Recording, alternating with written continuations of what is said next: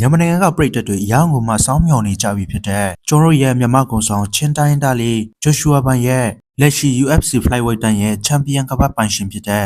ပန်ဒိုဂျာနဲ့မကြာခင်မှာထိုးတိုက်ရတော့မှာဖြစ်ပါတယ်ဆိုတော့ဂျိုရှူအာဘန်အနေနဲ့လည်းဒီချန်ပီယံကပတ်ကိုရောက်ဖို့အတွက်လုံးဝကိုရေကုန်ရေကန်စူးစမ်းနေပြီးတော့ဂျိုရှူအာဘန်ရဲ့ training လုပ်နေတဲ့လေ့ကျင့်ခန်းတွေကိုကြည့်ရလဲပန်ဒိုဂျာအပေါ်မှာလုံးဝကိုကြောက်ရွံ့စိတ်မရှိပဲနဲ့ဒီအတိုင်းတမန်ပွဲလေးတစ်ပွဲလိုပဲထိုးပြမယ်ပုံစံကိုလုပ်ပြနေရလေဖြစ်ပါတယ်ဂျိုရှူအာဘန်အနေနဲ့အရင်တော့ကလည်းအင်တာဗျူးဖြေခဲ့ပြီးပါတယ်အခုလိုမျိုးချန်ပီယံဖြစ်တဲ့ပန်ဒိုဂျာနဲ့ထိုးသားရမယ့်ပွဲမှာသူဟာဘာမှကြောက်ရွံ့စိတ်မရှိပဲနဲ့ဘာမှစိတ်တုန်လှုပ်ခြင်းမရှိကြောင်းအခုလိုမျိုးချန်ပီယံကပတ်စိန်ခေါ်ဝင်ရတဲ့အတွက်လည်းသူလုံးဝကိုဝမ်းသာပီတိဖြစ်မိပြီးတော့ချန်ပီယံကပတ်ကိုလည်းအကောင်းဆုံးယူနိုင်မယ့်အကြောင်းကိုပြည်သက်တွေကိုလည်းပြောချခဲ့ပူတာလည်းရှိပါတယ် UFC Flyweight တန်းရဲ့လက်ရှိချန်ပီယံဖြစ်တဲ့ပန်ဒိုဂျာကလည်းမနေ့ကအင်တာဗျူးမှာပြောခဲ့တာလည်းရှိပါတယ်ဂျိုရှူအာဘန်ဟာအခုမှအသက်ငယ်ငယ်ပဲရှိပါသေးတယ်သူဟာတကယ့်ကိုအရေးချင်းရှိပြီးတော့ဖိုက်တာတွေအပေါ်မှာလုံးဝကိုကြောက်ရွံ့စိတ်မရှိပဲနဲ့သူ့ရဲ့အချင်းကိုတုံချပြီးတော့အနိုင်ယူလေးရှိတဲ့သူတယောက်ပါနောက်ပြီးကျွန်တော်ထိုးခဲ့တဲ့ငါးပွဲဆိုရင်လုံးဝကိုကပတ်ပွဲတွေကြီးပါပဲတကယ်ဆရာကြီးတွေနဲ့ဖိုက်ရတာ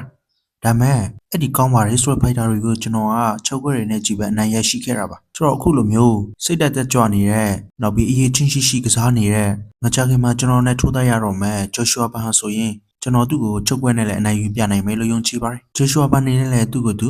ဒီချုပ်ခွဲကနေယုံထွက်နိုင်ဖို့အတွက်တကယ်ဆရာကြီးတွေနဲ့သူလေ့ကျင့်နေအောင်လည်းကျွန်တော်မြင်တွေ့ခဲ့ရပါတယ်တစ်ဖက်ပြန်ပဲဖြစ်တဲ့ဂျိုရှူအာဘန်ကိုလည်းလေးစားပါတယ်အခုမှသူဟာတက်ဆာလူငယ်လေးပဲရှိပါတယ်ကျွန်တော်လိုမျိုးချန်ပီယံကပတ်ကို၅ချိန်တိကဝယ်ထားနိုင်တဲ့လူကိုသူ့အနေနဲ့တွေ့ခင်ရတာတော်တော်လေးကိုသူ့အတွက်လည်းဝမ်းသာမိပါတယ်ဒါပေမဲ့လည်းဂျိုရှူအာဘန်ကဘယ်လောက်ပဲကောင်းအောင်ကျွန်တော်ကတော့သူ့ကိုကျွန်တော်အနိုင်ယူနေကြချုပ်ခွက်တင်နေပဲ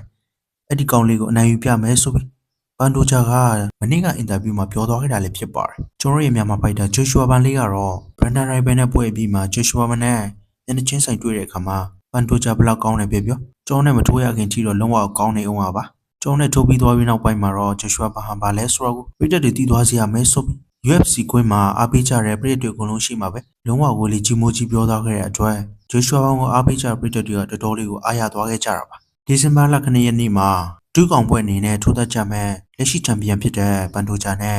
ကျွန်တော်ရဲ့တက်ဆာမြန်မာဖိုက်တာလေးဖြစ်တဲ့လုံးဝကိုအကောင်းဆုံးပုံစံကိုပြသနေတဲ့ဂျိုရှူအာဘန်လေးတို့ရဲ့တကယ်အကောင်းဆုံးထိုးသက်ပွဲကြီးကိုမြင်တွေ့ရမှာပဲဖြစ်ပါတယ်ဆိုတော့ပြည်သက်တို့အနေနဲ့ကျွန်တော်ရဲ့မြန်မာဖိုက်တာချင်းတိုင်းသားလေးဂျိုရှူအာဘန်အတွက်လုံးဝကိုအားပေးဖို့အတွက်အစံတက်ပြစ်ကြပြီလားမျိုးတို့ရေ